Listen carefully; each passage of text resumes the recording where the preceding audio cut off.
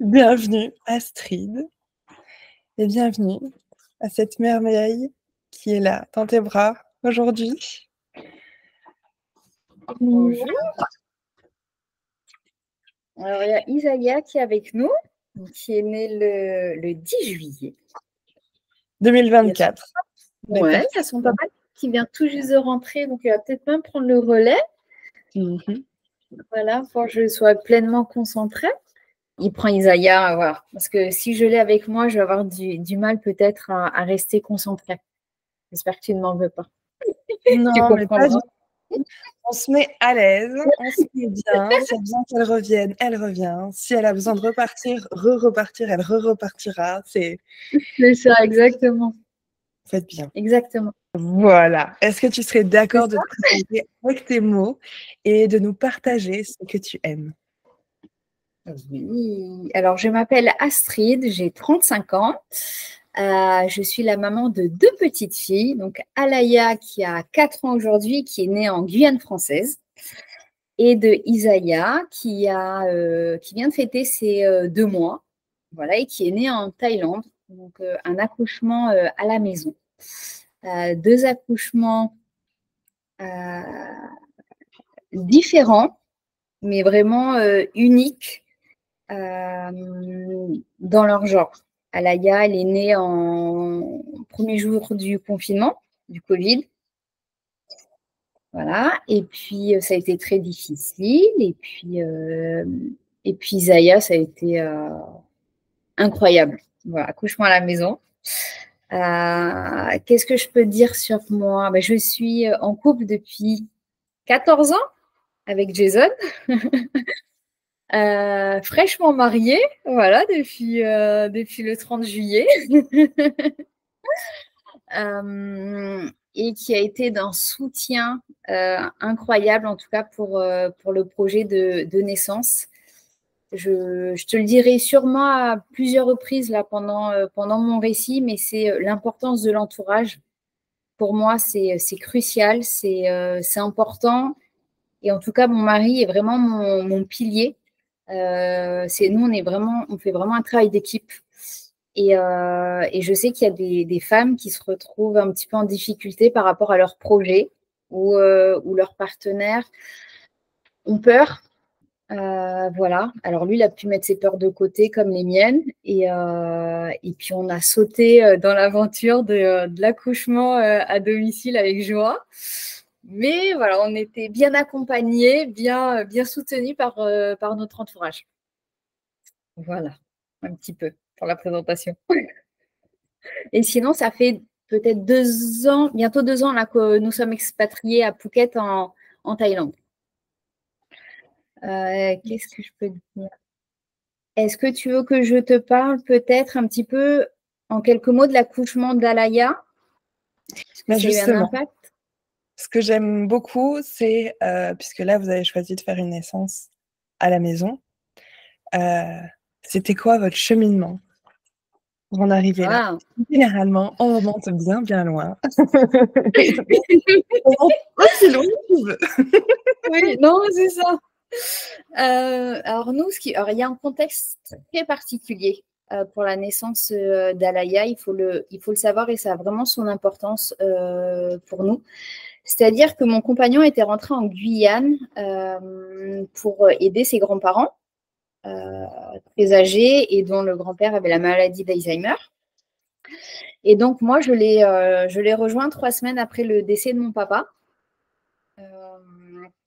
Et donc, quand je suis arrivée, ça a été émotionnellement, c'était très intense, puisque au niveau de la qualité de vie, on vivait dans dans une maison très précaire et très rudimentaire. C'est-à-dire c'était l'inconfort le plus total. On est arrivé, on dormait dans la maison familiale des grands-parents. C'est une autre vie. Là-bas, la maison n'était pas terminée. On dormait avec le matelas par terre, avec la moustiquaire. Et puis, on était très à l'étroit. On dormait dans le salon. J'avais mon beau-frère qui était à 2 mètres de nous. Et donc, c'était bien puisqu'on était en famille et que pour nous, vraiment, le pilier, c'est la famille. c'est très important pour nous.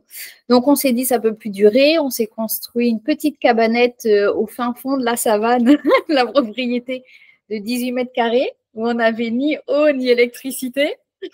Voilà. Et puis là, Alaya est arrivée dans ces conditions-là. J'ai eu beaucoup de chance, c'est que ma cousine était arrivée avec son mari en vacances. Et puis, j'étais en congé maternité, je crois, le vendredi. On se fait une petite randonnée le dimanche avec ma sage-femme, qui est une amie. Qui connaissait bien entendu mon souhait d'accoucher idéalement à la maison et en tout cas de façon très naturelle. Mais en Guyane, c'est extrêmement compliqué. Elles ne prennent pas forcément le risque.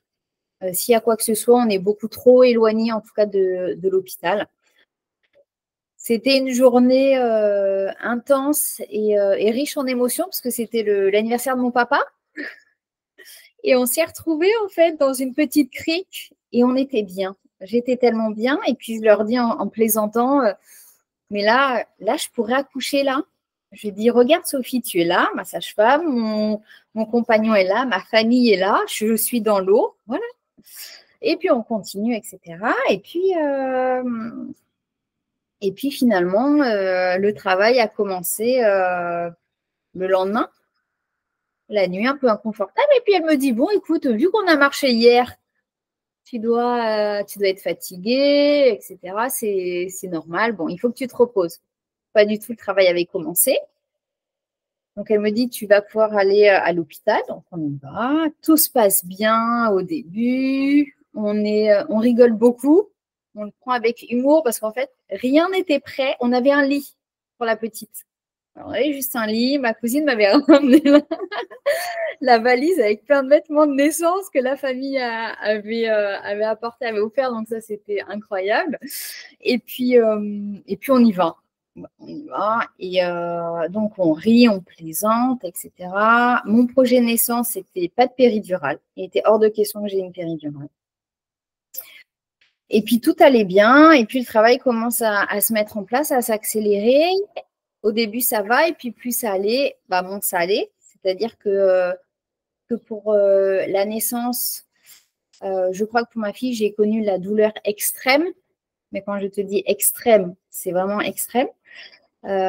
Où j'étais allongée sur le dos, je ne pouvais pas bouger, je ne pouvais pas manger ni boire. Et à un moment donné, en fait, il y a eu un changement d'équipe.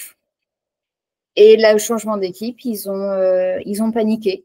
Ils ont paniqué, ils ont appelé en urgence le gynéco. J'ai eu droit à 2 ventouses, dont une ventouse ils ont cassé la ventouse. Et il y a je me souviens de peu de choses, très peu de choses, mais je me souviens de cette phrase d'une des sages-femmes qui a dit au médecin, vous allez pouvoir changer de chemise ou de blouse. Voilà. Et moi, à un moment donné, en fait, je n'arrivais pas à perdre les os. J'ai eu beaucoup de mal à perdre les os. Ça a été difficile. Je crois que j'ai perdu les os. J'étais vraiment dans un état second. J'avais extrêmement mal. J'avais mon compagnon qui était là. C'était le premier jour du confinement, hein. Il faut dire le 16 mars. Donc, compliqué avec le contexte actuel. Mon compagnon était là. J'ai eu beaucoup de chance de l'avoir. Il m'a soutenue vraiment. C'était toujours mon pilier. Hein, c'est comme ça.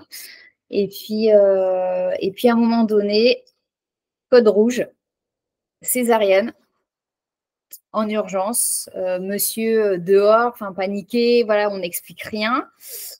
Et puis je m'en vais. Et puis là, à ce moment-là, la souffrance était telle que je leur hurlais de la sortir. Je hurlais, sortez là, je ne pouvais plus. Donc, ça a été très, très difficile. La césarienne se passe. Et puis moi, j'ai vu ma fille le lendemain. J'ai accouché à 22h09. Et puis, j'ai vu ma fille uniquement le lendemain. Il devait être 10h. Voilà, donc, très violent. Heureusement, elle a pu avoir les premiers soins effectués par son papa, donc ça, c'était chouette. Mais de cette expérience, eh ben, quand tu as une césarienne, tu restes alitée. Donc, je n'ai pas pu profiter de ma fille, de mon rôle de maman pleinement. Et puis, on vivait dans une petite cabanette, pas d'eau, pas d'électricité, donc c'était un peu compliqué au niveau de la logistique, même si ce fut une expérience incroyable. J'ai eu beaucoup de chance d'être chouchoutée par la mamie qui m'emmenait mes petits repas le, le midi. Et j'avais l'oncle qui pouvait prendre soin aussi d'Alaya, la tante aussi qui était là. Donc, et puis mon mari, du coup, qui était incroyable. Mais pour faire court, cette expérience a été assez traumatisante. Sur le coup, je ne l'ai pas pris comme ça. Pour moi, c'était normal. Et j'avoue que je disais, bon, ben, ça s'est passé. La Guyane, on sait que c'est pas bien pour se faire soigner. Il ne faut pas aller se faire soigner. C'est une catastrophe. Mais par contre, pour accoucher, ils sont bien. Tu vois, j'étais restée dans... Voilà, ça s'est bien passé. Je positivais en me disant, ma fille est là. Elle était prématurée d'1 mois et demi. Elle est en couveuse, mais je positivais en me disant, ça va. Elle est là. Il n'y a pas de gros problèmes de santé particuliers. Voilà, ça c'est fait. Ça devait se faire comme ça. C'était mes croyances un petit peu. Et puis j'ai comme j'aime à l'appeler, mon petit ange gardien, Anne-Cécile, que tu connais très bien, ma doula de cœur, mon amie de cœur et mon amie mon amie d'accouchement et de grossesse, puisqu'on a eu 2 grossesses en même temps. Voilà. La première, 15 jours d'écart. Et c'est une personne, j'en ai des frissons, mais c'est Anne-Cécile, c'est vraiment mon ange gardien et mon modèle, mon exemple pour tout ce qui est la maternité. C'est elle, en fait. C'est grâce à elle que j'ai pu avoir une prise de conscience sur Astrid, ce que tu as vécu, ce n'est pas normal. Quand je lui racontais, elle avait les larmes aux yeux, c'était difficile. Et c'est là où je me suis dit, il y a quelque chose en fait qui ne va pas. Mon ressenti, ce que je ressens, n'est pas la réalité, mais en fait ne reflète pas ce qui aurait pu être. J'ai pu échanger aussi beaucoup avec mon petit coup de cœur, Océane, que tu connais aussi, Fleur Bleue. Voilà. Et en me disant, c'est vrai qu'en fait, on a eu finalement un accouchement qu'on nous a volé un petit peu. Alors moi, je ne le prenais pas comme ça, j'essayais toujours de positiver.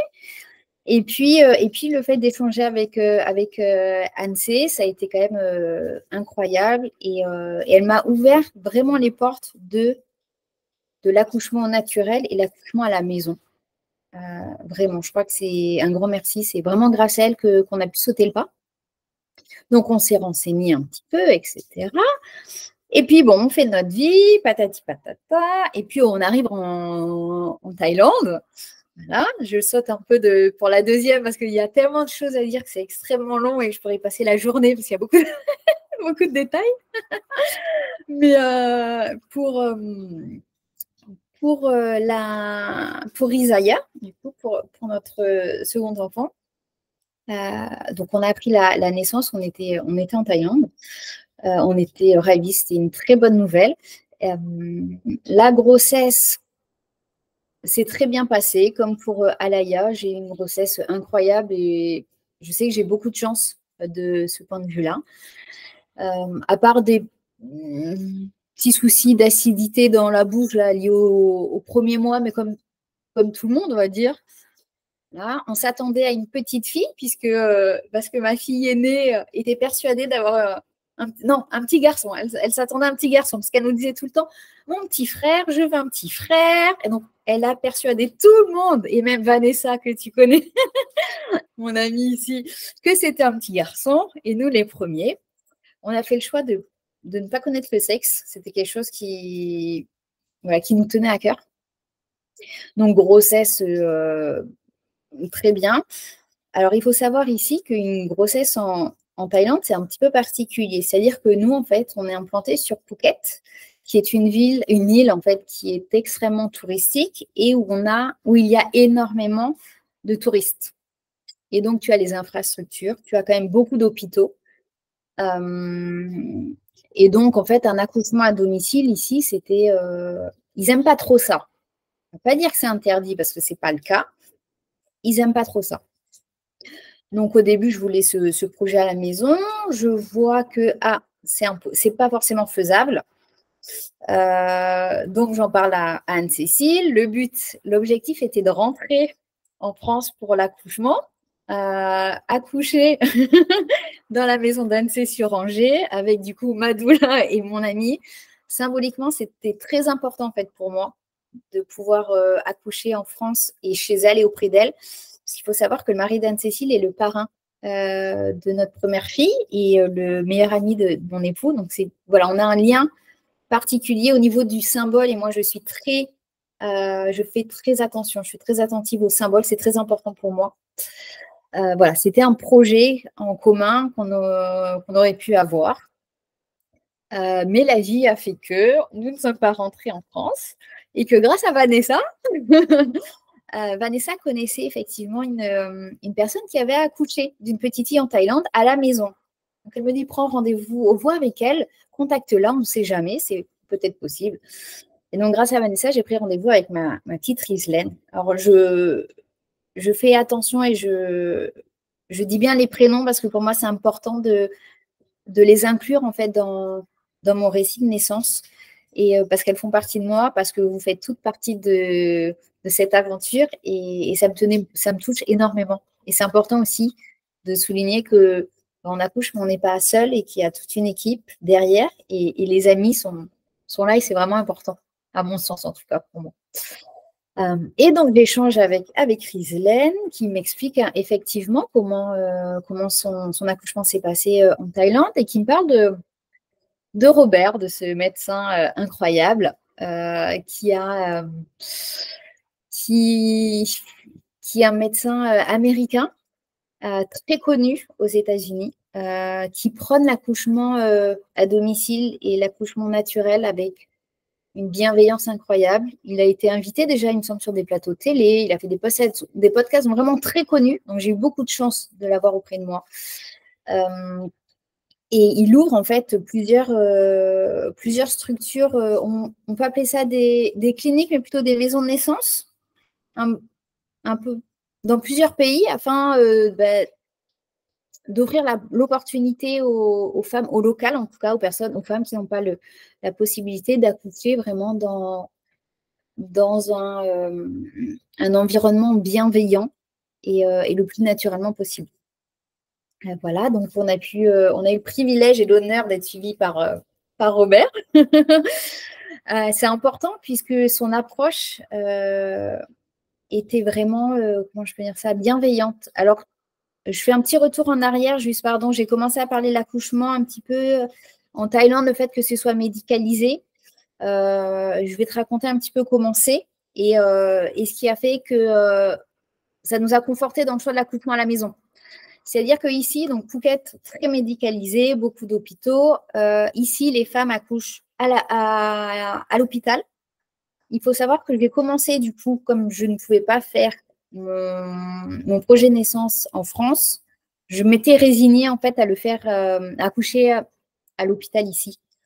Alors, j'ai été suivie par un gynéco thaïlandais qui a sa clinique et qui travaille dans un des gros hôpitaux ici.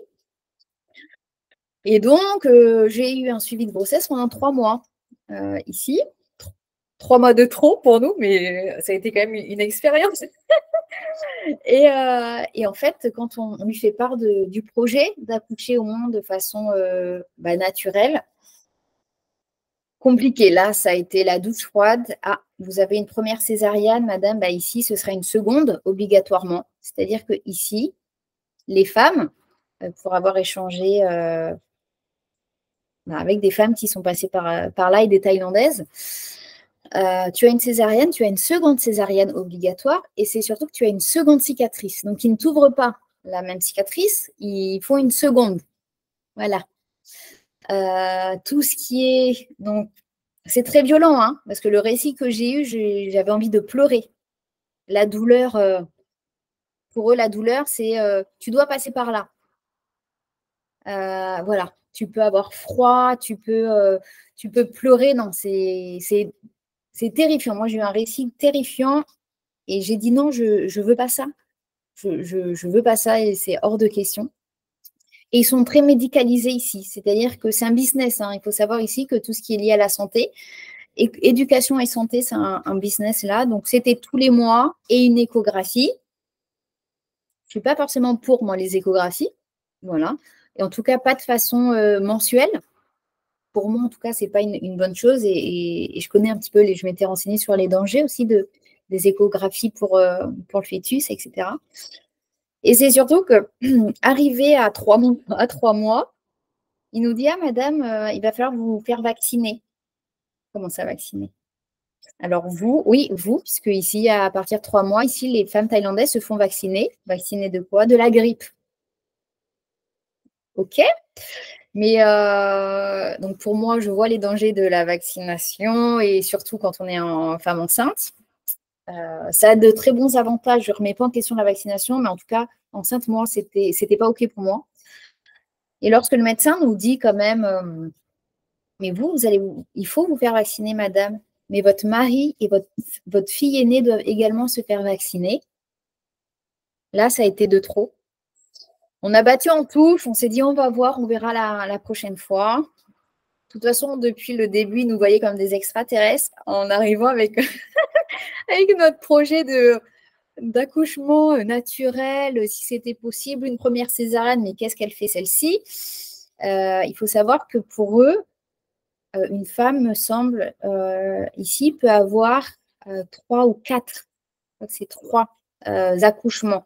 Donc 3 accouchements par césarienne. Ensuite, ils refusent qu'elles accouchent. Donc, si tu as un projet de famille nombreuse ici, il faut revoir tes projets. Donc, pour moi, voilà. Pour moi, c'est pas OK. C'est très violent. Voilà. Et est-ce que c'est parce que j'avais entendu ça, je ne sais plus si c'était toi qui m'avais raconté, je fais une petite coupure, excuse-moi, dans ton récit. Est-ce que, en fait, ils ligaturent les trompes après avoir fait la césarienne? Parce que j'avais entendu un récit comme ça, là où la personne avait entendu, avait vécu sa césarienne, c'était là, c'est la dernière, enfin la prochaine, ce sera la dernière césarienne, donc après, on vous ligaturera les trompes. Donc, c'était pas toi. Non. Alors, non, en Thaïlande, non, je ne crois pas qu'ils pratiquent cela, ou en tout cas pas à ma connaissance. Mais effectivement, c'est violent, comme c'est différent, c'est une culture différente. Ici, il faut savoir qu'ils sont ils sont pro-césarienne parce que, c'est un business, ça coûte beaucoup plus cher qu'un accouchement par voie naturelle. Il y a aussi des croyances qui font que si ton enfant naît tel jour, ça lui apportera de la bienveillance, de la chance, etc. Souvent, les femmes thaïlandaises vont voir les moines aussi, dès qu'elles apprennent qu'elles sont enceintes, pour avoir une bénédiction et pour voir tout ça. Donc, les femmes thaïlandaises sont très médicalisées et il y a énormément de césariennes. Pour cette raison-là, pour une de ces raisons-là encore. Donc, tu doutes bien que pour nous, c'était pas OK du tout. Et, et donc, quand on a su qu'on pouvait effectuer l'accouchement à la maison, on avait trouvé Robert comme médecin, tu peux être certaine qu'on a sauté les pieds et le cœur ouvert avec grande joie dans cette aventure. Et ce qu'on a aimé vraiment donc, avec Robert, c'est que ce soit c'est un homme qui a vraiment la main sur le cœur. C'est vraiment une personne, un être humain incroyable. Et c'est surtout qu'il a pris le temps. Et il nous a dit clairement, en fait, je suis médecin, concrètement, j'accompagne, mais je fais pas il n'y a pas c'était pas un suivi médicalisé, si tu veux. C'était vraiment un accompagnement entre amis, si je peux résumer un petit peu. C'est-à-dire qu'il a pris le temps, on se voyait régulièrement, il a pris le temps d'apprendre à nous connaître. Pour lui, c'était très important de nous connaître, de connaître notre famille, de voir un petit peu quelle était notre vision des choses, nos personnalités, pour pouvoir vraiment nous accompagner au mieux. Voilà, ça, c'était très important pour lui. Donc, j'ai pas eu de, comment je peux dire ça, d'accompagnement de suivi médical, c'est-à-dire qu'il n'y avait pas d'échographie. et il était incroyable. C'est-à-dire j'allais le voir. Je me souviens, on allait le voir dans son appartement, dans son condominium. Ici, c'est comme ça qu'on appelle les appartements où tu as des piscines, etc. Et puis, on se retrouvait des fois au bord de la piscine. J'étais sur le petit transat. Et puis, il mesurait en fait juste mon ventre. Et avec ses mains, il positionnait ses mains. Il arrivait à savoir vraiment les parties du bébé. Il m'expliquait là. Ah, là, c'est la tête, là, c'est les pieds, etc. C'était vraiment incroyable. Il avait vraiment, tu sentais, si tu veux, une réelle connexion. Quand on se voyait, quand il touchait le ventre, vraiment, c'est vraiment incroyable. Donc, on a eu beaucoup, beaucoup de chance. Qu'est-ce que je peux te dire d'autre? Oui, peut-être très important par rapport au pourquoi, au projet de naissance aussi. Il faut savoir que de par mon premier accouchement et de par ma vie en général, je suis accompagnée par une coach, par une thérapeute depuis un petit moment, depuis le décès de mon papa un peu après. Et en fait, on a pu travailler sur cette notion d'accouchement et d'effort. Et pourquoi pourquoi ça me tient à cœur d'accoucher à la maison, puisque c'est pas anodin d'accoucher à la maison. Tu as toutes les croyances des uns et des autres, les peurs que certains vont déposer sur toi. Moi, ça, je refusais. C'est-à-dire que mon projet, c'était mon projet. Ce que vous pouvez penser, vos peurs, je leur disais, c'est vos peurs, elles vous appartiennent, mais ne venez pas me les transmettre parce que je ne les accueillerai pas parce que j'étais sûre de moi, mon projet. Donc, j'ai pu travailler sur cette notion d'effort et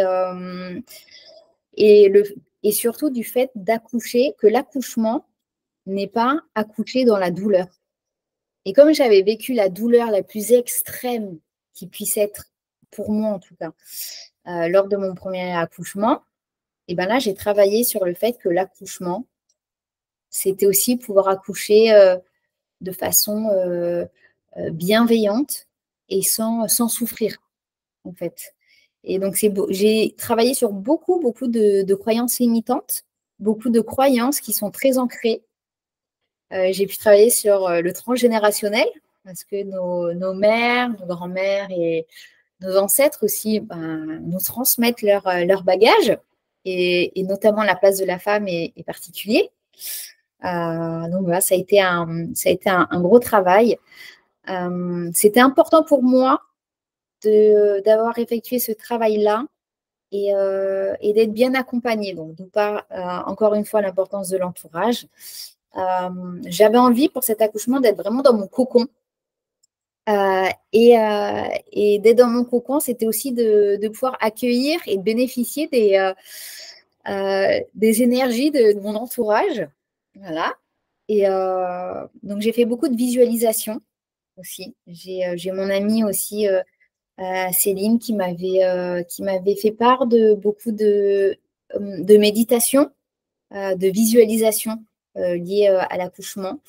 J'avais demandé à Océane également les mantras et les affiches qui ont été juste incroyables. Donc, j'avais préparé mon petit hôtel. Je t'avais demandé également 2 bougies qui sont là. Je les ai mises à jour.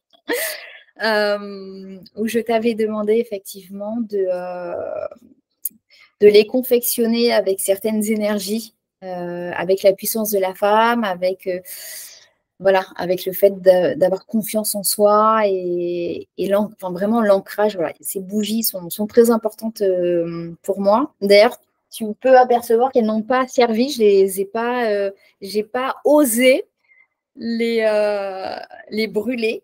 Elles m'ont accompagnée. Mais en fait, pour moi, ce sera un cadeau. Et je tiens vraiment à ce que chacune de mes filles plus tard, ait une bougie. Parce que symboliquement, c'est très important. Voilà. Donc, ça me touche énormément. Donc voilà, un petit peu. Je rigole parce que tu n'es clairement pas la seule. J'ai l'impression que personne les brûle, ces bougies. Non, mais non, comment veux-tu, ce sont des chefs-d'œuvre, comment veux-tu qu'on les… On ne peut pas, quand on se dit oui, elles seront là, je vais les brûler puisque énergétiquement, elles vont diffuser les énergies que tu as données en les fabriquant. Ben, ce n'est pas possible parce qu'on se dit non, c'est des chefs-d'œuvre, c'est trop beau et c'est… Non. Donc, elles seront peut-être là pour mes filles quand elles accoucheront, je l'espère, à la maison plus tard si elles le peuvent. Mais non, non, c'est très important. En tout cas, au niveau des énergies, c'était important pour moi. Donc, elles sont là et elles nous accompagnent, tu vois, différemment. Elles accompagnent Isaiah dans son évolution aussi. Donc, ça, c'est top. Et donc, du coup, pour venir un petit peu au pourquoi, la décision d'accoucher à domicile, c'était vraiment, je pense, l'idée première, c'était de reprendre ma place, juste en tant que femme, en tant que moi, en tant qu'Astrid, parce que de par mon histoire, j'ai jamais eu ma place, on m'a jamais donné ma place, en tout cas celle que je méritais au sein de ma famille, on va dire. Donc c'était vraiment très important. Ni en tant que femme, en tant qu'enfant, en tant que femme, je ne l'ai pas forcément eu, même si mon compagnon est incroyable et grâce à lui, me donne la place que j'ai. Donc, c'est déjà pour prendre sa place, c'est pour avoir aussi une expérience initiatique. Pour moi, c'était vraiment un rituel et en tant que femme, c'était vraiment essayer de retrouver cette souveraineté qu'on a, cette puissance qu'on a et surtout cette confiance en soi. C'était vraiment un petit peu pourquoi l'accouchement à la maison. Et puis, de par mon expérience à l'hôpital, j'ai dit plus jamais, plus jamais. Voilà. Qu'est-ce que je peux te dire d'autre aussi qui est important avant l'accouchement? Le contexte également. Tu vas te dire, mais tes accouchements, c'est une histoire de famille, Astrid. Et oui, c'est une histoire de famille. Il faut savoir que pour cette grossesse, je suis arrivée à terme à 9 mois de grossesse, donc j'étais contente. À savoir que ma grossesse se passait tellement bien que j'ai pu faire jusqu'à 7 mois et demi, 8 mois de grossesse, des road trips en scooter de 2-3 heures. Avec ma fille de 4 ans devant mon mari, on partait en vadrouille. J'ai pu faire du scooter jusqu'au jour de mon accouchement. Il faut savoir qu'il y a une personne qui est très importante pour moi, qui est ma cousine Virginie, et qui était arrivée la veille de l'accouchement, concrètement. Elle est venue passer des vacances ici avec son fils, avec Nathan, et donc on les accueillit à la maison. Et donc, souvent, je disais à mon bébé, je lui disais garçon ou fille, je lui disais attends que Virginie soit là, attends que ma cousine vienne pour pouvoir sortir. Alors, elle arrivait le 9, l'accouchement était prévu le 26-27. Le terme était, bon, jamais fiable, mais bon, c'était plutôt fin juillet. Et puis, et donc, elle arrive. Et donc, forcément, nous, on prend le scooter et on part leur faire visiter les alentours. À savoir que à 9 mois, moi, j'avais je me sentais très bien. J'avais aucun symptôme. Je te dirais, ça faisait peut-être une semaine où j'avais des mini contractions. Mais quand je te parle pour moi, c'était même pas des contractions. Allez, si, c'était des contractions de travail, mais qui duraient peut-être 5-10 secondes. Et c'est vraiment comme si ça faisait comme ça, mais doux, c'était doux. Donc pour moi, ce n'était pas des contractions de travail, c'était effectivement, on arrive à 9 mois, peut-être que le corps va commencer doucettement à se préparer. Bon.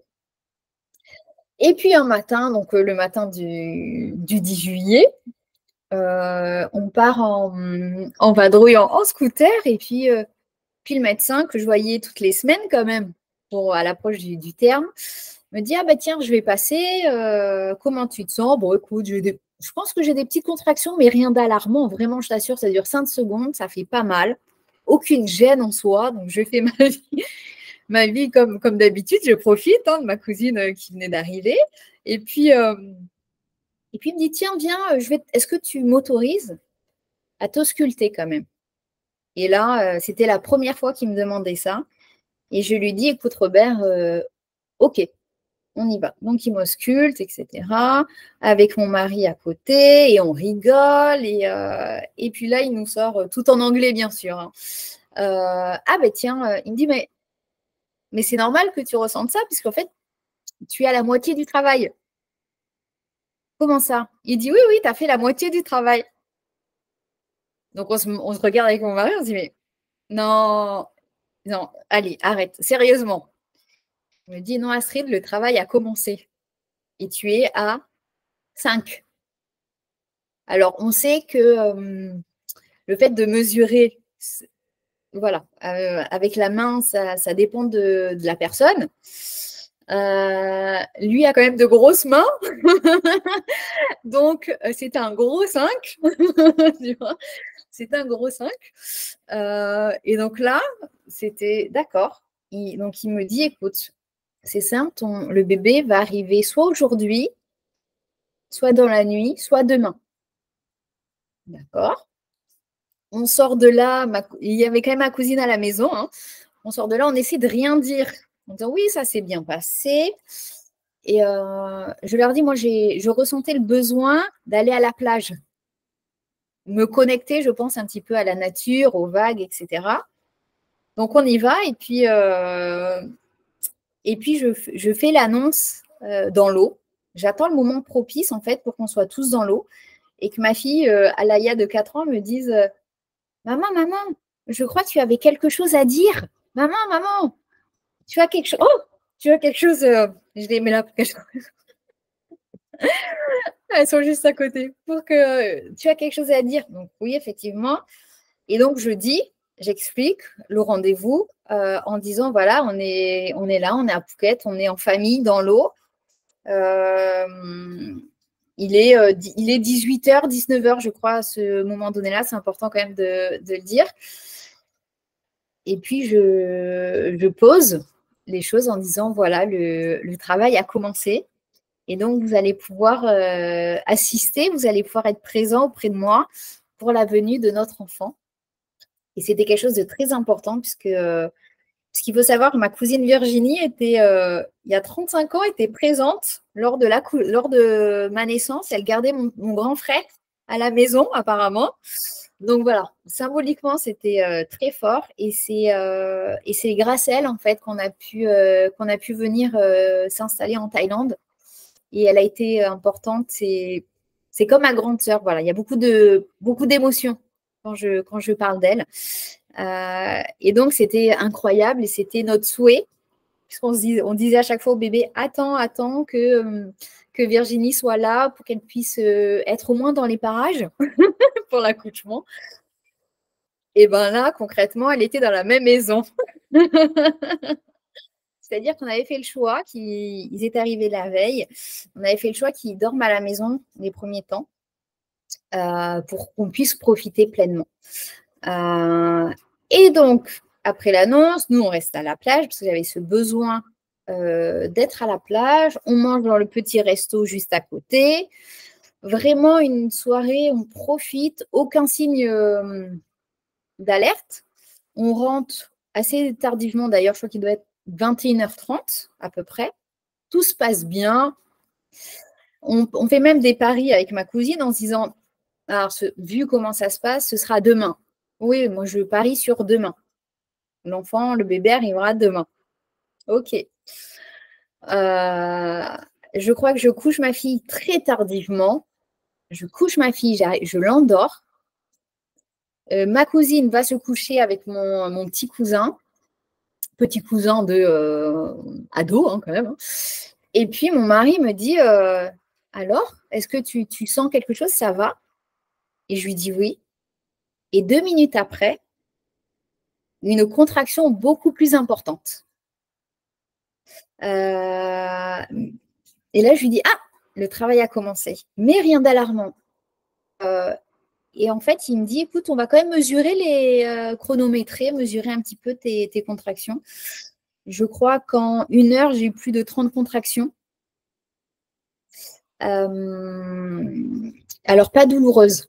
Ça, je tiens vraiment à déposer ça là, c'est-à-dire que à aucun moment, j'ai une contraction douloureuse. J'ai eu une gêne. C'était une gêne, donc je dansais, mais ça durait peut-être 10 secondes, pas plus. Et chacune, les contractions arrivaient, elles étaient de plus en plus intenses, mais j'ai jamais eu mal. Vraiment l'inconfort. Je bougeais mon bassin. Mon mari, du coup, me massait un petit peu. Et puis, à un moment donné, il me dit quand même, Astrid, il me dit, tu ne crois pas qu'on devrait appeler le médecin? Je lui dis, oh, ça va. Je lui dis, je n'ai pas de douleur. Et j'étais tellement prête à me dire, quand ça va arriver, les contractions vont être douloureuses parce que j'ai vécu vraiment pour ma première, vraiment dans la douleur. Donc, je m'y attendais. Je l'avais travaillé aussi avec ma coach, mais non. Et puis, il me dit quand même, Jason me dit, écoute, Astrid, là, c'est quand même toutes les 3 à 5 minutes. Donc, il me dit, il va falloir l'appeler. Et donc, on a appelé, je crois, Robert, il devait être 2h30, où il est arrivé à 2h30. Il s'y attendait. Il avait dit, je laisse mon téléphone. Et dès que Jason lui a envoyé le message, il a dit, je savais que c'était là. Donc, il n'avait pas dormi, il se tenait prêt. Donc, il est arrivé, je crois, où il devait être 2h30, quelque chose comme ça. Et puis, au niveau de l'ambiance, je pense que je m'y attendais, puisque mon petit hôtel que j'avais préparé dans ma chambre, puisque j'étais censée accoucher dans ma chambre, je l'avais mis au salon, puisque j'avais laissé ma chambre à ma cousine et son fils. Donc, j'avais tout organisé. J'avais tes bougies, les mantras d'Océane. Voilà, tout était bien. Les énergies étaient là. Et j'avais mis la musique un petit peu. Je me balançais. Et puis, le bébé a faim. Et donc, oui, Robert, il arrivait vers 2h30, je crois, c'est ça? Ouais. Quelque chose comme ça. Ouais. Et puis finalement, il est arrivé, on était avec Jason au salon. Mais travail d'équipe, c'est-à-dire que quand j'avais des contractions plus importantes, Jason était là, il me massait le dos, je m'accrochais à lui, voilà, pour avoir ce balancier. Et j'avais vraiment cette position de accroupie. Vraiment, ça c'était important. Et je sentais ce besoin même de m'accrocher à Jason aussi. Quand je te dis que c'était mon pilier, c'est que c'était mon pilier. Hein. C'était vraiment un travail d'équipe. Et puis, donc, du coup, le médecin arrive vers 2h, 2h30. Il savait que c'était le moment. Quand il arrive, il nous voit, écoute, il nous trouve au salon en train toujours avec des contractions de plus en plus intenses. Toujours pas de douleur. Ça, c'est quand même important de dire. Toujours l'inconfort. Voilà, j'étais au bras du coup de Jason. Voilà, quand il y avait des contractions qui arrivaient, il me massait le bas du dos. Il faut savoir que c'était vraiment quelque chose un peu d'informel, dans le sens où j'avais l'impression réellement d'être à la maison en soirée avec un ami. C'était vraiment le contexte, c'était ça. Il n'y avait pas c'était pas médical, si tu vois ce que je veux dire. C'était vraiment, on est là, c'était bienveillant, on rigolait énormément. Et puis lui connaissait aussi mon projet naissant, je lui avais expliqué, je lui avais dit comment je voyais les choses. Et ce que j'aimais, c'est que il a su trouver sa place et intervenir au bon moment. Il était là, mais il était en retrait. Voilà, il nous laissait pleinement vivre ce moment. Et ça, c'était vraiment, vraiment incroyable. Donc, à un moment donné, donc au début, on était au salon. Et puis, alors, j'ai aucune notion du temps. Alors là, je ne me souviens absolument pas. Ça te fait rire? Et je sais juste qu'à un moment donné, on a tenté d'aller dans la piscine, parce que j'avais une piscine, alors pas une piscine physio, hein. J'avais la piscine pour enfants avec les animaux dessus. Donc, on a été à un moment donné dans la piscine. Le travail avait bien avancé. Les contractions étaient toujours là, toujours aucune douleur. Et à un moment donné, écoute, je me fais une auto-évaluation pour voir un petit peu. Et je dis, ah, je sens effectivement, il y avait la poche des os qui était là. Je dis, ah, je sens comme un ballon. Enfin, oui, une sorte de comme un ballon. Il me dit, d'accord, donc on reste quand même dans la piscine. On est toujours en train de rire, hein. On parle de tout, de rien. Je me souviens être dans la piscine et leur dire, bah, mais je suis bien là. Il manque juste un petit smoothie à la mangue. Là, voilà, je suis bien. Je suis bien entourée. Et puis le travail continue, mais à un moment donné, je dis, ah, je m'auto-évalue et à lui par la suite également. Et je lui dis, écoute, j'ai l'impression en fait que le bébé remonte. Il me dit, ah. Il me dit, écoute, on va peut-être changer de position ou autre. Il me disait, oui, donc on va quand même changer de position. Alors, écoute, j'étais dans l'eau, puis moi, je rigolais, je lui disais, mais tu es sûr que c'est le bébé là qui descend ou c'est moi une envie d'aller aux toilettes? Parce que c'est un peu ça, concrètement. Donc, on rigolait, il me dit, non, non, c'est bien le bébé. Et puis, à un moment donné, il voyait que c'était un petit peu long, que là, ça commençait à être un tout petit peu plus intense, toujours pas de douleur, mais bien, bien intense. Le travail n'avançait pas forcément. Et puis, en fait, il m'a aidé, il m'a demandé s'il voulait qu'il m'aide en fait pour la poche des os, à la percer. Et en fait, écoute, il a été magique, c'est-à-dire que j'ai senti comme un claquement comme ça juste. Ça, c'était vraiment, voilà, vraiment dans l'eau. Et puis, à un moment donné, il me dit, écoute, on va retourner au salon. On va essayer de voir. On va se mettre sur le canapé. Voilà. Pour, euh, pour faire avancer les choses. Donc, écoute, je me mets sur le canapé. Je tourne, je retourne, etc. Puis, à un moment donné, il me dit, ah oui, là, la tête, là, on sent la tête. Ah, il m'a même il m'a fait sentir la tête également. Et puis, j'étais, écoute, sur le canapé, allongée sur le côté. Je me souviens que j'avais les jambes sur le médecin, le bras, j'agrippais avec mes bras, j'agrippais mon mari. Puis, en fait, je sentais, si tu veux, que mon corps poussait tout seul et que c'était le moment. Et donc, le médecin, à ce moment donné, m'a dit, écoute, là, c'est la tête, ça va être le moment, là, tu vas pouvoir pousser. Ton corps le fait naturellement, mais en fait, je vais te diriger. Et c'était assez drôle parce que tu avais l'impression qu'il intervenait et qu'il t'expliquait, qu'il t'accompagnait à faire un créneau de voiture. Il m'expliquait, il me disait, alors, je vais te dire de pousser. Là, tu arrêtes. Tu pousses, tu arrêtes. Et en fait, c'était vraiment ça. C'est un peu comme ça que je l'ai vécu. Et en fait, ce qui est important de dire, c'est qu'à ce moment donné-là, j'avais qu'une envie. Moi, c'était de dormir. Et il me disait, non, il faut pousser là, vraiment en quelques poussées, ça va le faire. Et puis, en fait, le médecin me disait, allez, pousse. Donc, je poussais. Il me dit, arrête. J'arrêtais. Et je leur disais, j'ai qu'une envie là, c'est dormir. Et en fait, je m'endormais entre-temps. Et j'étais réveillée, du coup, par mon corps, en fait, qui poussait. Donc ça, c'était assez intense. Et puis, mon mari qui était là et qui m'encourageait, vraiment, qui était mon coach, quoi. Et il me disait que oui, enfin, voilà, toutes les phrases motivantes que tu as besoin d'entendre à ce moment donné-là. Et puis, à un moment donné, ça a été la délivrance.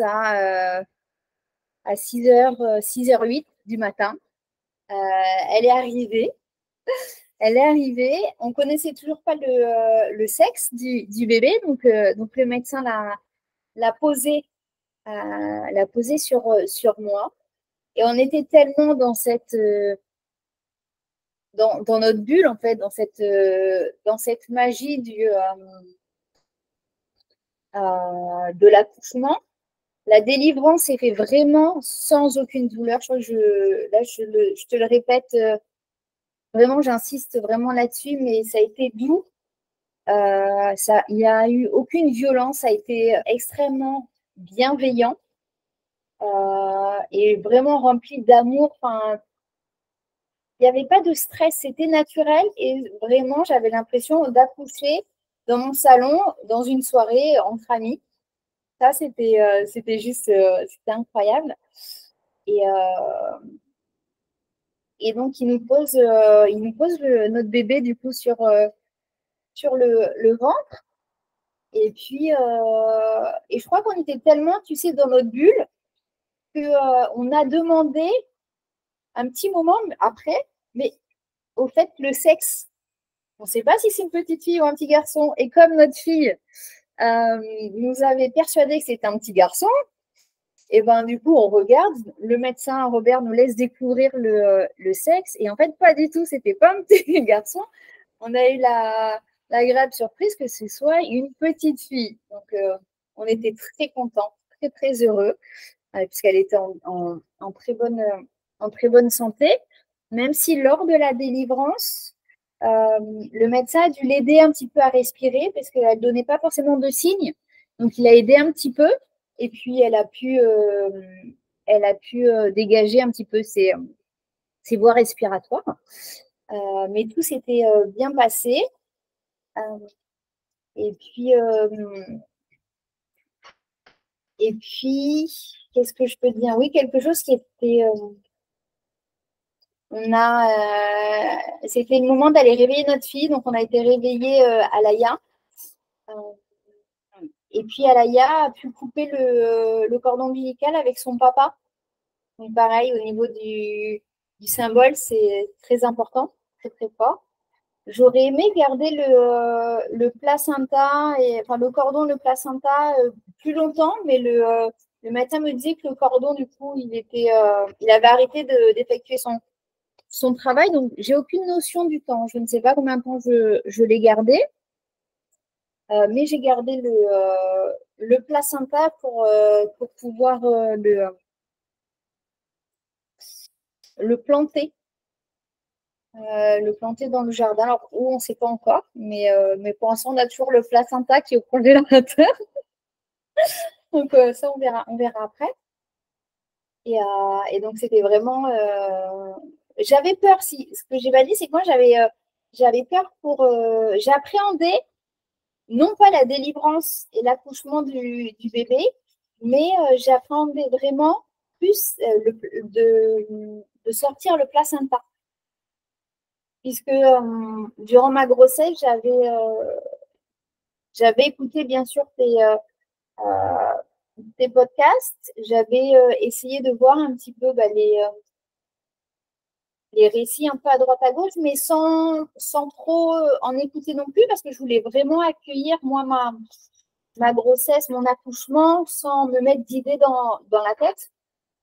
Et c'est vrai que j'appréhendais un petit peu la délivrance du placenta, et en fait, pas du tout, ça s'est fait naturellement. Le médecin m'a un petit peu aidé, mais il n'y a pas eu de douleur, quoi que ce soit. Donc ça, je pense que c'est important aussi de le dire. Et puis, ce qu'il faut dire, c'est que pendant tout ce temps-là, ma cousine était quand même dans la chambre. Son fils, je crois, s'était réveillé juste la nuit, un petit peu en disant non, je crois qu'il y a le médecin qui est là. Et en fait, la première chose, je crois, que j'ai fait après avoir accueilli notre fille Isaiah, Jason et notre fille aînée sont allés se recoucher. Isaiah, elle, a dormi, s'était endormie. Et la première chose que j'ai faite après avoir accouché, c'était de nettoyer la scène du crime.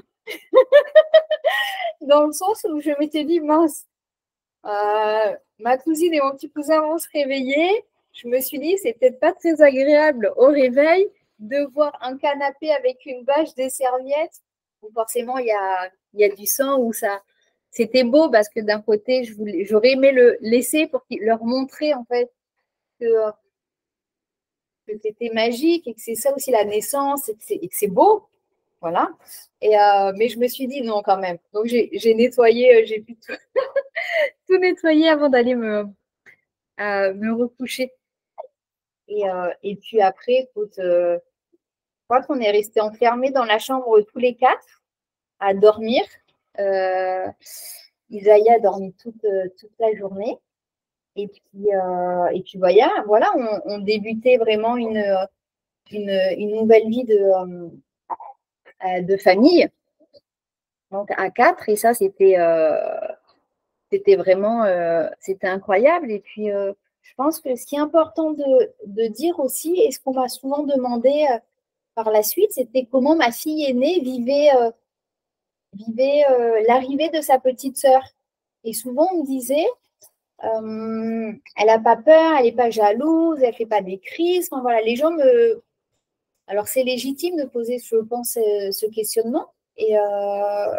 Mais finalement, on a beaucoup de chance. C'est-à-dire que notre fille a toujours été impliquée dans la grossesse. On lui montrait des accouchements à la maison puisqu'elle le demandait. On lui expliquait aussi. Et puis, depuis, elle est incroyable. Elle est très proche de sa sœur. J'ai l'impression qu'elles sont assez fusionnelles puisque dès qu'Isaiah voit sa grande sœur arriver, il n'y en a que pour elle, alors qu'elle a uniquement 2 mois. Mais c'est vraiment, elle est en admiration devant sa grande sœur et c'est une très belle, relation et j'espère vraiment que ça continuera puisqu'on inculque ça, en tout cas à notre fille aînée, l'importance des liens familiaux quand c'est bienveillant.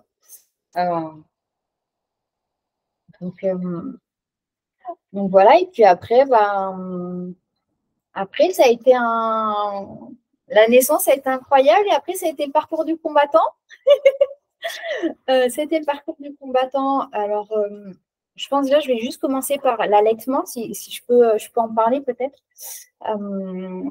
J'ai toujours tenu à allaiter pour mes 2 filles. C'était quelque chose de très important pour moi. Pour ma fille aînée, j'ai essayé, j'ai tenu 1 mois et demi, mais j'étais dans une telle souffrance avec des crevasses, j'en pleurais, que j'ai dû passer à tirer mon lait.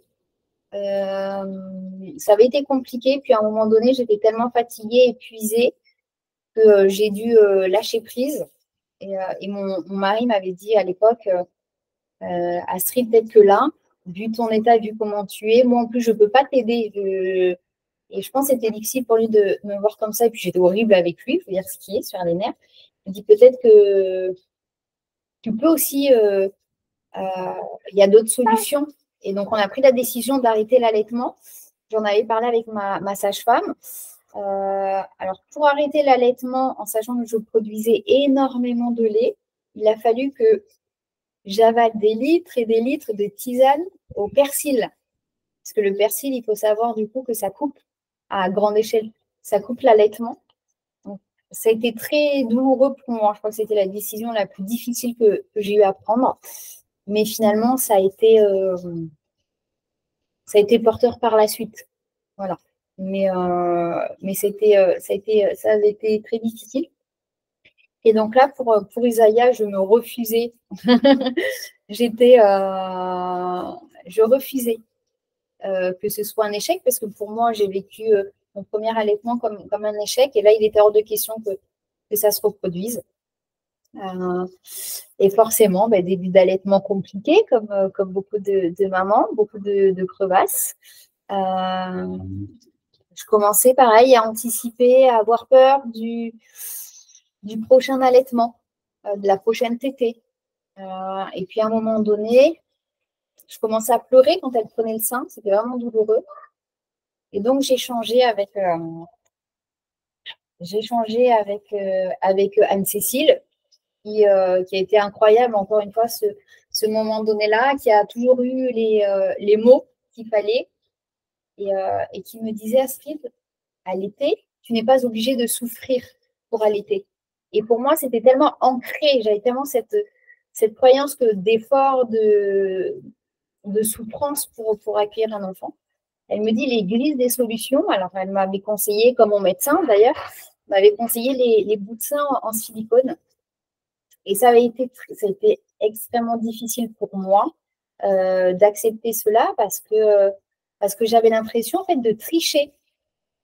Alors c'est peut-être bête à dire puisqu'en fait l'objectif c'était de donner le lait maternel à ma fille et c'est ce que je faisais, mais j'avais l'impression de ne pas être capable de le faire seule, que j'avais besoin d'une aide extérieure. Et pour moi, en fait, ça, c'était difficile. Ça remettait beaucoup de croyances en cause. Mon estime de moi, c'était compliqué parce que je me disais, je ne suis pas capable de. Et mon mari et mon entourage me disaient que non, en fait. Anne-Cécile me disait, c'est une aide, prends-la. Et puis, c'est quelques temps et tu reprendras par la suite. Mais ça a été très difficile puisque j'ai dû encore une fois travailler sur beaucoup de croyances limitantes. Et ça a duré, un mois et demi. Donc là, ça fait quoi? Ça fait une semaine que j'ai réussi à les enlever, une semaine qu'on est passé sur l'allaitement au sein sans aide quelconque. Et c'est quand même quelque chose d'incroyable, je pense, pour l'estime des mamans, de pouvoir se dire, je peux le faire, je suis capable de. Ça, je trouve que c'est vraiment, c'est important. Et puis, au début, j'ai appréhendé de les enlever. J'ai appréhendé, je me disais, est-ce qu'elle va réussir? Que quand je faisais les tentatives, c'était des hurlements, puisqu'elle avait pris l'habitude, c'est pas la même succion. Donc, j'étais toujours en contact avec mon petit ange gardien de Cécile. Et je crois qu'on devrait toutes avoir des doulas auprès de nous. Une Anne-Cécile, c'est ce que je lui disais auprès de nous, vraiment. Puisque quand on doute, je trouve qu'avoir un entourage qui a les mots justes et elle trouvait vraiment ces mots qui te prenaient aux tripes et qui allaient finalement, qui faisaient que j'allais puiser la force en moi, vraiment plus profondément en me disant, mais oui, en fait, je peux, j'ai fait cet accouchement-là, je suis capable, j'ai surmonté, je l'ai fait, j'ai surmonté mes croyances, etc. J'ai eu cet accouchement incroyable, je suis capable d'eux, et donc je serai capable d'allaiter mon enfant. Et du coup, ça l'a été, ça l'a fait. Donc, depuis une semaine, c'est top, même s'il y a des petites crevasses mais qui sont en train de se régler. Mais non, c'est incroyable. C'est incroyable. Donc, par rapport à ça, ce qu'il faut savoir aussi, c'est qu'Isaiah, donc on a eu un accouchement magnifique, mais au bout de 10 jours, elle a contracté l'érythème toxique du nourrisson. Alors, je ne savais absolument pas ce que c'était. C'est avéré qu'elle alternait des phases entre des phases de boutons sur tout le corps et des phases de rougeur extrême, c'est-à-dire que pour donner une idée, c'est comme si j'avais laissé ma fille au soleil pendant des heures et des heures. En plus de ça, elle avait un érythème fessier important. Et en fait, comment ça se traduit? Donc, il y a ces phases un petit peu là de rougeur, il y a ces phases de boutons, et puis à un moment donné, c'est des croûtes qui apparaissent. C'est la peau qui part. Et c'est les croûtes qui commencent à partir du pied et qui, chaque jour, en fait, remontent vers le crâne. Et ça a été extrêmement difficile de voir ma fille comme ça, enfin notre fille comme ça. Parce qu'à un moment donné, les croûtes arrivaient même au niveau des yeux et pendant 2-3 jours, elle avait les yeux fermés et qu'on était un petit peu, comment je peux dire ça? On ne pouvait rien faire en fait, on était démunis face à ça, alors on essayait par tous les moyens de l'aider Moi, je pleurais beaucoup de voir ma fille comme ça. Je ne suis pas une personne qui pleure énormément, mais là, ça a été très, très difficile. De lui enlever les croûtes, c'était compliqué parce que ça lui laissait des cicatrices. Et donc, très, très dur. Ça a duré. Voilà, c'est simple. Elle a encore des restes au niveau du crâne. Elle a des petites peaux là, qui commencent à partir. Mais voilà, ça a duré pratiquement un bon mois et demi. À savoir également que tout n'est pas fini. Si c'était ça, ce serait chouette. Mais il faut savoir également, je repasse un petit peu du coq à l'âne, je fais des passerelles un peu dans le temps, mais c'est-à-dire qu'en Thaïlande, et notamment ici, à Phuket, ils ne sont pas habitués aux accouchements à domicile. Et que quand c'est le cas, il faut que l'accouchement soit attesté par un médecin. Et nous, en fait, en gros, avec le médecin, sans rentrer dans les détails, ça ne passait pas. Les documents qu'on avait ne passaient pas pour l'administration. Donc, quand notre fille est née, quelques jours après, on a fait venir le chef du village, parce que c'est comme ça que ça se passe ici. Alors, chef du village, c'est comme un maire. Il est venu au domicile, il a attesté la naissance. Et là, on est parti pour le parcours du combattant pour obtenir le certificat de naissance. Puisque normalement, comme on accouche à l'hôpital, c'est la structure hospitalière qui délivre ce document. Nous, comme ils n'avaient pas l'habitude, c'était un peu hors du commun, un accouchement à la maison, des étrangers qui accouchent à la maison, bon, sans médecin, on va dire un peu je ne vais pas rentrer dans les détails, mais sans réel médecin pour eux, compliqué. Donc, ça a été 5 rendez-vous à la mairie avec à chaque fois le chef du village pour nous accompagner, la propriétaire de la maison pour attester que c'était bien sa maison, mais à chaque fois, elle devait être présente. On a dû faire appel à un ami à nous également qui est franco-thaï, donc qui parlait le thaï, puisque malgré la technologie et les traducteurs, c'est très compliqué de se faire comprendre, surtout là où c'était extrêmement spécifique. Ça a été un stress pas possible. Je crois que vraiment, on a passé plusieurs semaines difficiles. Ça a été des montagnes russes incroyables, en sachant que sans ce document-là, sans le document officiel, sans le certificat de naissance thaïlandais, notre fille ne pouvait pas prendre l'avion. On ne peut pas faire son passeport, donc elle n'a pas d'identité. Elle n'est pas reconnue. Donc, la petite louloute a 3 semaines de vie. Et elle a eu l'occasion de partir en vadrouille avec ses parents et de faire un petit road trip en voiture de 16 heures de route, parce qu'elle ne pouvait pas prendre l'avion, pour qu'on puisse se rendre à Bangkok, à l'ambassade de France, pour faire au moins la reconnaissance d'Isaiah à l'État français. Donc, on s'est dit voilà, que tout allait bien se goupiller. On avait décidé également de se marier à ce moment donné-là. Et il le fallait, même si c'était en projet depuis bien longtemps, il le fallait, parce que les Thaïs ne comprenaient pas en fait que déjà, qu'on ne soit pas marié au bout de 14 ans, on a passé une sorte de test, ils nous demandaient beaucoup de questions, ils nous ont posé beaucoup de questions. Et en fait, il faut savoir que pour attester en fait que c'était bien ma fille, enfin notre fille, j'ai dû leur fournir une photo de moi, donc à moitié nue, avec ma fille sur le ventre, qui avait été prise juste après la délivrance, en fait. Donc, il y avait ma photo comme ça au milieu du dossier.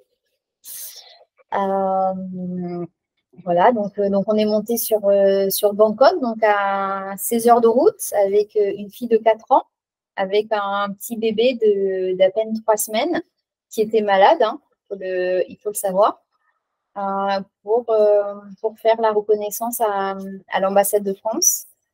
On s'était dit que ça allait fonctionner, et forcément non, ce serait trop simple.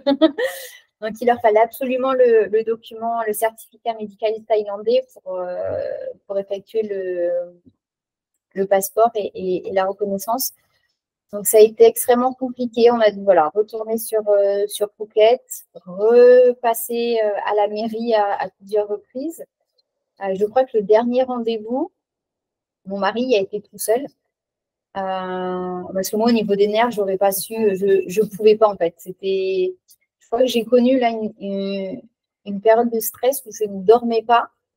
J'avais un peu de mal à manger tellement ça me préoccupait.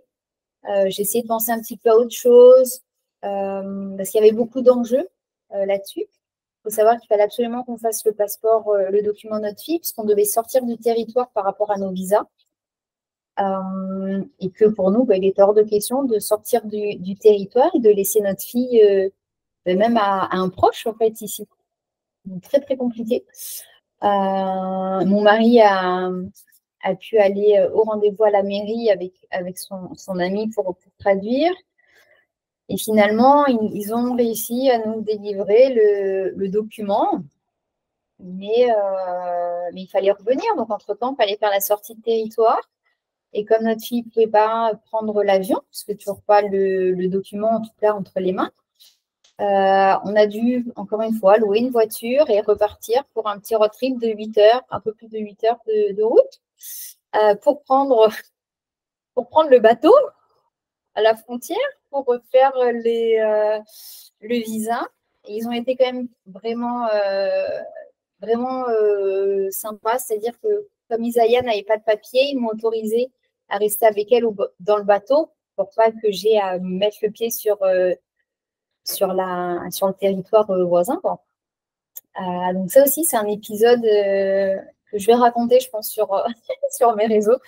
Parce qu'en fait, c'est vrai que les gens se disent, les gens, ils vivent à l'étranger, ils sont expatriés en Thaïlande. C'est une vie sous les cocotiers, c'est paradisiaque, et ce qui est vrai. Mais il y a une réalité, c'est l'envers du décor qui est difficile, qui est les visas. À savoir que nous, on n'a pas de visa sur du long terme encore. Donc, c'est beaucoup, c'était tous les mois, mais maintenant, ça devient tous les 3 mois des sorties de territoire. Donc là, on tente d'obtenir un visa sur du long terme, mais ça coûte quand même, c'est un budget, c'est un gros budget, comme l'assurance santé. À savoir que pour nous, pour une famille de 4, c'est environ 400 € par mois, l'assurance santé. C'est un gros budget que beaucoup ne savent pas, hein, mais l'assurance santé, quand vous êtes expatrié, c'est extrêmement cher. L'école est très chère aussi, parce que c'est l'école payante. Et nous, du coup, on avait fait le choix de ne pas prendre d'assurance santé.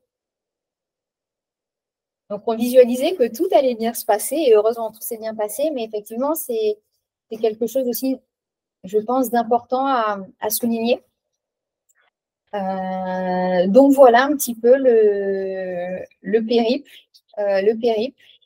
Là, Isaiah, à l'heure actuelle, n'a toujours pas son passeport, puisque une fois on a obtenu, ça y est, le certificat médical thaïlandais, c'est le faire traduire par l'Alliance française et le faire certifier par une signature officielle également, donc ça prend du temps.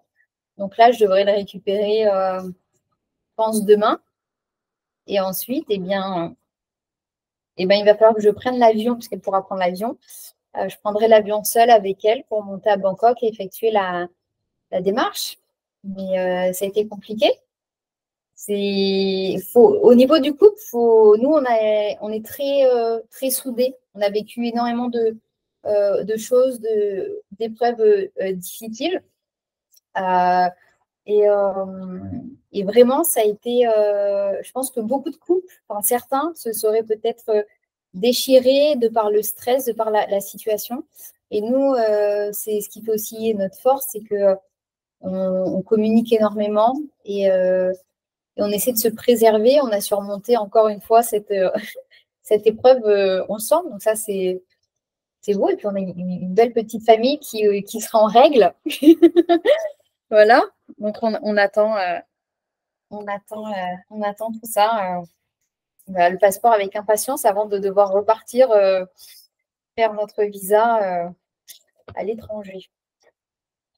Voilà un petit peu mon récit. Je pense que ça a été peut-être un peu décousu la façon dont je l'ai dit. Je t'entends plus. Oui, Robin, tu peux le ranger. Non, franchement, c'était très. Moi, j'ai suivi et c'est OK, hein, les ellipses, les retours dans le passé, c'est. Oui, C'était fluide. vas-y. Oui, oui, oui. Enfin, moi, j'ai trouvé ça très, très fluide. Et oui, il y a des moments dans ton récit où, par exemple, tu disais que tu voulais t'endormir, que tu avais envie de dormir et tout, mais je me suis tellement reliée à ça. Et moi, j'ai dormi, hein. Ah, J'ai dormi, mais bien sûr, quand tu as envie de dormir, tu dors. Ah là là, c'est trop bien, tu reprends des forces pour la suite. Mais ce que j'ai oublié de dire aussi, c'est que mon amie, du coup, Rislaine, par qui on a pu obtenir le médecin, Robert, elle a été incroyable puisqu'elle pour manger, m'avait préparé une petite mixture de graines, en fait. C'est un petit mélange. Alors, je ne sais plus exactement ce qu'il y a. C'est une recette, il me semble marocaine, je crois, si je ne dis pas de bêtises. Et en fait, je piochais, c'est-à-dire que mon mari me donnait à boire et à manger. Je piochais. Et en fait, quand tu viens d'accouchement, tu te dis, mais comment on peut laisser une femme accoucher sans manger et surtout sans boire? Je trouve ça d'une violence maintenant. Alors qu'à l'époque, quand j'ai accouché de ma première fille, pour moi, c'était normal, puisque c'était encore, tu sais, c'est le premier enfant, et tu te dis, il y a toujours un peu ce syndrome de la blouse blanche. Les médecins savent mieux que nous, ils ont l'habitude, surtout en Guyane où il y a énormément de naissances, ils ont l'habitude. Et je trouvais ça horrible, vraiment. Donc, il faut manger et boire. Ça, c'est important, en tout cas. Et surtout avoir un compagnon qui soit à côté et qui vous donne la béquille et à boire et qui vous demande et qui ne se laisse pas, j'allais dire, submerger par le stress ou ses émotions. Là, je pense qu'il n'y avait pas lieu d'être, c'était vraiment bienveillant et il n'y avait pas une lueur de stress, comme beaucoup, je pense, quand même, au niveau des accouchements à la maison.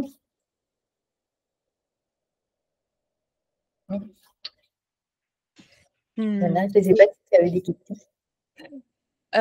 Oui, j'avais une question sur. Ça m'a fait rire. Enfin, ça m'a fait rire.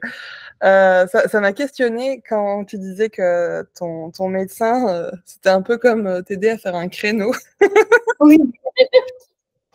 Parce que dans ce que j'ai pu expérimenter, donc le corps pousse et il n'y a pas du tout besoin du mental et de faire pousser, arrêter, pousser, arrêter. Comment t'as accompagné? Est-ce que tu as réellement actionné, enfin, est-ce que tu as vraiment poussé? Est-ce que finalement c'est ton corps qui poussait de lui-même et quand il disait stop, en fait, ton corps arrêtait de lui-même ou comment ça s'est passé ce moment-là? Non, je crois que mon corps poussait. Je crois que le médecin l'a vu. Je pense qu'il voyait que je commençais un petit peu à être fatiguée aussi. Je m'endormais. À un moment donné, en fait, c'est ce que je disais. J'ai dit, mais je ne vais pas y arriver. J'ai eu quand même une phrase, ce moment de désespérance que Océane dont Océane m'avait parlé. Et j'avais longuement échangé avec elle là-dessus parce qu'effectivement, c'était éventuellement l'une de mes peurs, un petit peu de mes craintes en tout cas, c'était d'être dans cette phase de je vais me retrouver dans cette situation et de me dire je ne vais pas y arriver. Et quand tu te dis ça, quand le mental ne suit plus, c'est compliqué. Donc non, je crois que j'ai eu effectivement une phrase de non mais je ne vais pas y arriver là, j'en peux plus, laissez-moi dormir. Voilà. Non, je pense que ouais, mon corps poussait, lui me disait vraiment pousse, pousse plus, mais il y avait si je poussais, je me souviens presque plus, j'ai envie de te dire, j'ai vraiment des trous de mémoire, je suis désolée. Mais non, non, il me disait de pousser, mais ça durait, c'était des 3 secondes en fait, même pas. Et c'est tout. Et j'ai dû pousser, ou lui m'a dit de pousser vraiment, j'allais dire, 30 secondes. Vraiment, c'était pas, tu vois, comme à l'hôpital où on te dit de pousser. Ça n'avait rien à voir, c'était vraiment juste là. Je pense qu'il voyait le crâne voyait la tête et il se disait, ah tiens, peut-être que là, lui, il le prenait en fait. Il a aidé quand même un peu à sortir, tout petit peu à faire le passage de la tête. Et c'est tout. Après, ça se fait naturellement. Mais je ne sais pas si j'ai bien répondu si ça c'est clair, si c'est fluide. En tout cas, c'était pas comme à l'hôpital où on nous dit de pousser. Ça n'avait vraiment rien à voir. C'était vraiment des petites secondes pour vraiment réajuster et pour que tout se passe bien. Et finalement, tout s'est bien passé. J'ai pas eu de déchirure, j'ai rien eu. Alors, oui, tu as l'impression qu'un camion t'est passé dessus. Ça, c'est une réalité. Mais sinon, après, non, non, il n'y a pas eu de. Non, tout s'est bien passé. Et aussi, tu parles, bon, j'ai vu pas mal sur tes réseaux, l'importance du village. Et comme quoi tu disais aussi que c'était important de nommer les personnes qui ont été présentes et soutenantes. Et, et je m'étais dit, est-ce que tu aimerais leur dire là quelque chose maintenant? Voilà, pour leur donner l'occasion de qu'elles puissent mesurer, on va dire, l'importance que c'est que d'avoir un village auprès de soi. Surtout quand on a eu un postpartum aussi. Ouais, alors je vais essayer de pas pleurer parce que du coup, là, l'émotion va monter, mais Les larmes sont les bienvenues. c'est l'importance d'être bien entouré. Il faut savoir qu'en étant expat, on laisse quand même nos familles et nos amis loin. Ici, j'ai quand même réussi à me créer un petit réseau. Alors voilà, j'ai trois, quatre personnes qui sont mes essentiels. Je les appelle mes essentiels ici. Voilà, donc je basculais un petit peu j'avais besoin des énergies en fait de France, de mes amis. Et j'avais besoin aussi de mes amies ici qui ont été très présentes, que ce soit pour la grossesse, mais également et surtout après. Quand on te dit il faut tout un village pour éduquer un enfant, pour élever un enfant, c'est vrai. Et c'est-à-dire que moi, il y a Vanessa qui, ici en tout cas, qui est extrêmement présente, qui a un amour et sans elle aussi, bah, ce projet n'aurait pas eu lieu. J'ai mon amie Camille aussi qui est incroyable et qui vient en fait une fois par semaine nous voir sur son jour de repos et qui profite de nous, qui prend Isaiah dans les bras pour que je puisse aussi avoir les mains libres. C'est des amis qui viennent, qui te rapportent à manger aussi. Voilà, la famille de Vanessa m'avait apporté à manger. On avait des amis en vacances qui étaient là, c'est pareil. C'est des, euh, c'est des choses en fait qui se perdent en France. Je trouve qu'en France, on est extrêmement seul par rapport à l'accouchement. C'est-à-dire que oui, les gens, ils veulent venir voir le bébé, le nouveau-né, et je comprends, et il n'y a aucun jugement de ma part quand je dis ça, mais je trouve qu'on oublie beaucoup trop la maman et le besoin de la maman. C'est-à-dire que oui, c'est quelque chose d'incroyable de donner vie, c'est une certitude, mais la maman, elle a quand même une fatigue, elle a le corps qui parle, il y a des douleurs aussi, et des fois, elle a juste besoin de repos. Et enfin, je pense qu'il y a trop peu de mamans qui sont accompagnées. La place de la famille, pour moi, a vraiment évolué, mais pas forcément dans le bon sens. Euh, c'est rare maintenant quand les parents ou les membres de la famille viennent, en fait, 15 jours ou un mois. On appelle le mois d'or, hein, si je ne me trompe pas, mais dans plusieurs cultures et pays, en fait, quand la femme accouche, elle reste allongée pratiquement un mois, enfin tranquille en tout cas un mois, et les mères, les sœurs, les amis se relaient pour effectuer les repas, les tâches ménagères ou autre chose, hein, même si le mari est présent. Mais ça, je trouve que c'est important ici, c'est quand même très présent.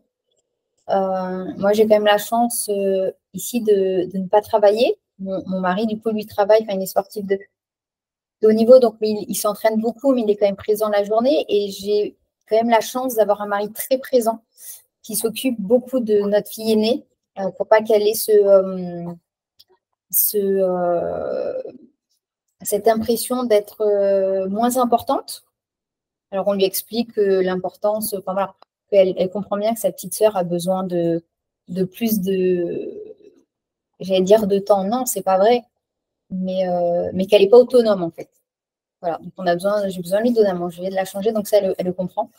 J'ai la chance que mon mari soit vraiment un père très, très investi et qui gère la logistique de la maison. C'est-à-dire que ici, on a la chance de ne pas faire à manger, de manger à l'extérieur, ça coûte beaucoup moins cher, donc on mange à l'extérieur. Nous, on n'a pas de cuisine, concrètement, on n'a pas pour faire à manger.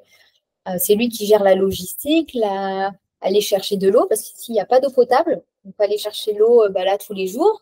C'est lui qui fait les courses, c'est lui qui fait les machines à laver tous les 2 jours. Voilà, et pour que moi, je puisse rester à la maison tranquillement avec notre fille. Et ça, c'est chouette. Et donc voilà, donc il y a l'importance du mari. Et on sait qu'en France aussi, c'est compliqué parce que les papas ou l'autre parent est censé aller retravailler très vite et que la maman se retrouve seule, démunie. Et je pense que on ne naît pas parent. C'est pas parce qu'on donne naissance à un enfant que ça y est, on sait tout et que tout va être très fluide. Je pense que ça s'apprend et tu fais des erreurs et c'est aussi trouver ton équilibre. Un équilibre, c'est voir ce qui marche, ce qui fonctionne, ce qui ne fonctionne pas. Et c'est oui, s'adapter à ce petit bébé, ce petit être qui vient aussi et c'est s'adapter à lui en fait. Des fois, j'entends, elle fait ses nuits ou on pas encore les nuits, etc. Et c'est à nous adapter à eux, à ces petits bouts, et pas, à mon sens, hein, et pas l'inverse. Donc, voilà. Mais je crois que je me suis perdue un petit peu dans ce que tu me demandais, mais je pense que vraiment l'importance de l'entourage. Et moi, sans mes amis, sans mes piliers, je ne serais pas là. Si Anne-Cécile ne m'avait pas ouvert la voie, j'en serais pas là. Si j'avais pas fait les rencontres que j'ai faites ici, j'en serais pas là. Si je m'entourais pas de personnes bienveillantes, ben j'en serais pas là. J'aurais pas pu avoir cet accouchement-là et j'aurais pas su trouver la force peut-être en moi d'effectuer ce projet. Et je pense que je suis partisane du maintenant. Dès qu'un entourage est malveillant ou toxique, en tout cas, parce que moi j'ai pu l'expérimenter bien longtemps, bah, il faut si on peut, il faut essayer de trouver la force de lâcher prise, en tout cas de s'éloigner un petit peu. Et surtout dans ces moments-là, surtout dans un moment où tu as une grossesse, où tu as un accouchement, où les gens vont te donner des conseils que tu n'attends pas ou vont surtout te transmettre leur peur. Je pense que c'est important l'entourage, vraiment. Donc, voilà, quand on peut, il faut. Nous, on est les premiers. Je pense que je commençais à tomber un petit peu dans la marmite grâce à Anne-C.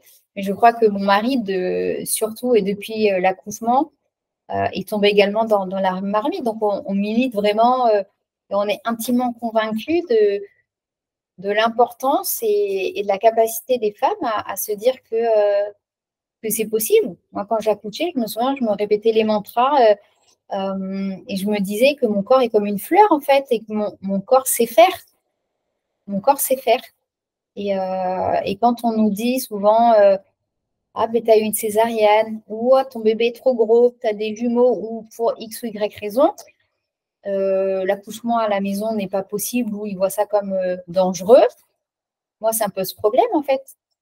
Maintenant, je sais, et je renie pas le rôle de l'hôpital, hein, attention, parce que des fois, c'est c'est important. Et s'il y a quoi que ce soit, c'est important qu'on puisse aller à l'hôpital pour se faire soigner. Mais je trouve que l'accouchement, en tout cas en France, est trop basé sur la peur. Et les soignants, l'équipe médicale, voient la naissance comme une pathologie, en fait.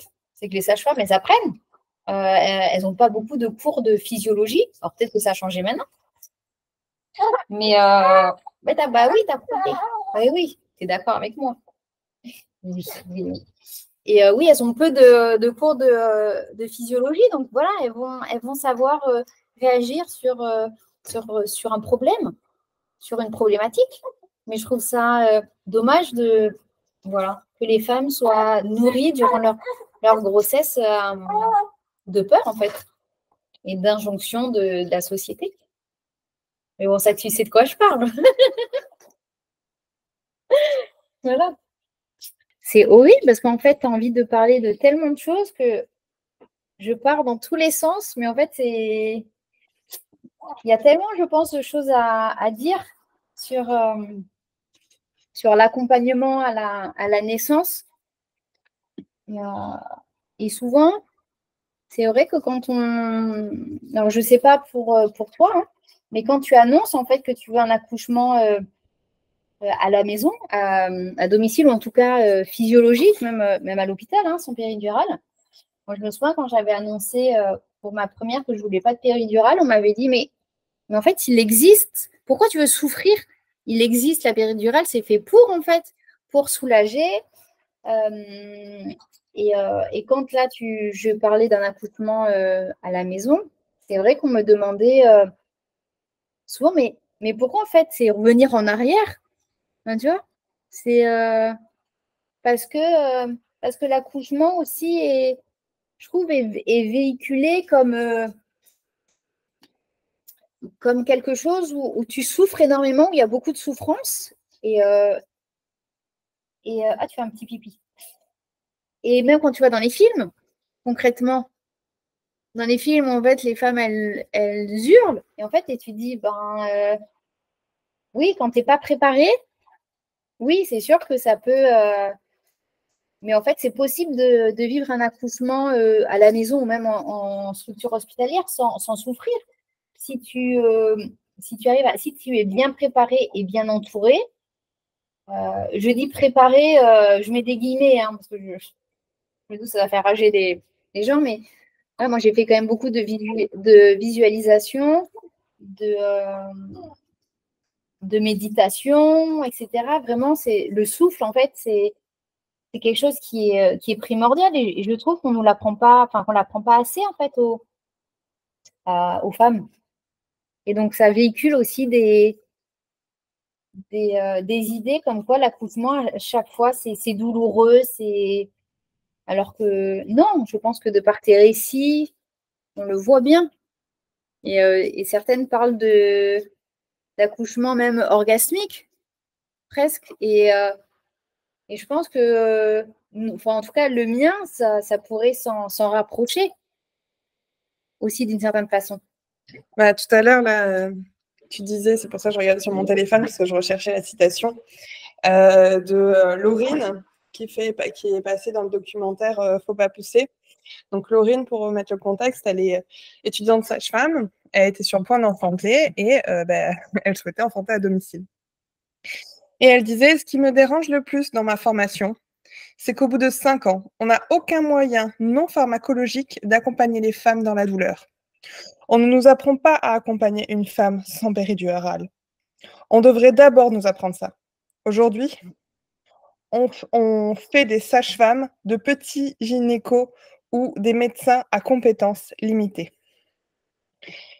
Oh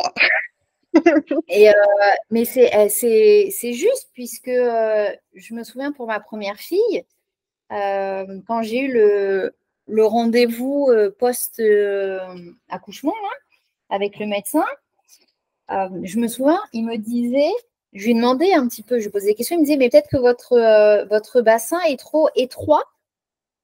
Donc, c'est pour ça, en fait, il y a eu une césarienne, etc. Alors, à savoir que moi, je suis née par césarienne et j'ai eu un problème au niveau du bassin Apparemment, j'ai eu un cerclage à l'époque, ma mère me le disait. Et donc, je m'étais dit, peut-être. Donc, il m'avait fait faire il m'avait donné une ordonnance pour faire des examens pour aller mesurer, si tu veux, le bassin, voir. Et donc, quand j'étais rentrée en France, je l'avais fait et en fait, non, en fait, tout allait bien. Et je me souviens, j'avais fait la demande du dossier médical de la Guyane vers la France et je l'avais fait envoyer du coup chez Anne-Cécile parce que je sais c'est une doula incroyable et qu'elle se renseigne aussi énormément. Elle avait lu mon rapport et elle disait, mais en fait, jamais tu aurais dû avoir une césarienne, en fait. Jamais, c'est juste eux qui ont eu peur qui ont eu peur parce que peut-être c'était trop long ou autre. Et voilà. Donc, ouais, c'est dommage parce que c'est véhiculé encore et encore à l'heure actuelle. Des idées sur l'accouchement.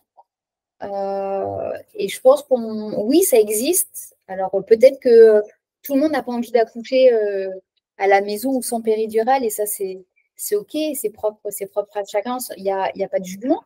Mais je trouve que par contre on parle pas assez des effets néfastes de la péridurale.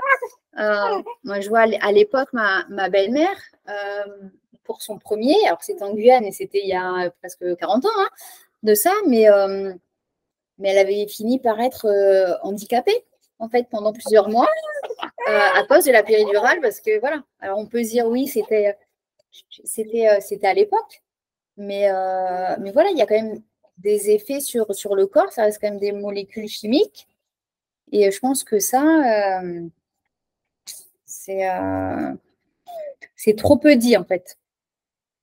Mais après, je comprends qu'une femme n'ait pas forcément envie de souffrir et veuille une péridurale, hein, ça, c'est... Est-ce que tu aurais un petit message à transmettre à cette personne qui est à l'étranger, qui souhaite faire un AVAC ou sinon, tu sais quoi? Qu'est-ce que tu aimerais dire à la Astrid d'il y a 9 mois, un peu plus de 9 mois, mais qui vient d'apprendre qu'elle est enceinte et qu'est-ce que tu aimerais lui transmettre?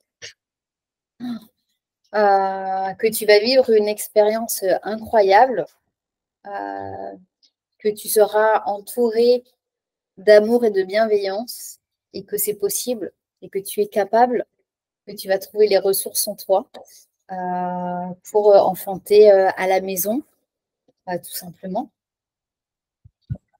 Voilà, dire que oui, c'est possible.